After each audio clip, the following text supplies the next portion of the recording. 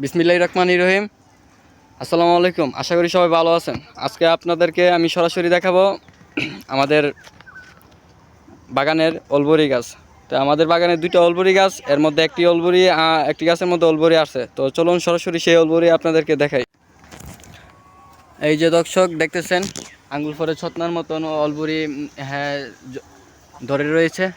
হালকা বাতাস এবং টুকা লাগলেই কিন্তু অলবরি বৃষ্টির হিলের মতন ঝরঝরে পড়তে শুরু করে দিই। এবং এই যে দেখতেছেন বাতাস, এই যে বাতাসে কিন্তু একটা দুইটা করে পড়তেছে। এই যে দেখতেছেন চুরমুর আহার দিচ্ছে আবাইতার মতন গাছ উঠবার আগেই। এই ফলটা আমাদের গ্রামে অনেক বিখ্যাত। গাছের পাতার পর্যন্ত মনে করেন যে টুকায় নেওয়ার লাগে মনে করেন মানুষের ভিড় লেগে জায়গা নিচ্ছে। আর এখন ফল আছে, এখন কি পরিমাণ ফুলমাইন থাকবে এটা তো অবশ্যই আপনারা বুঝতেছেন।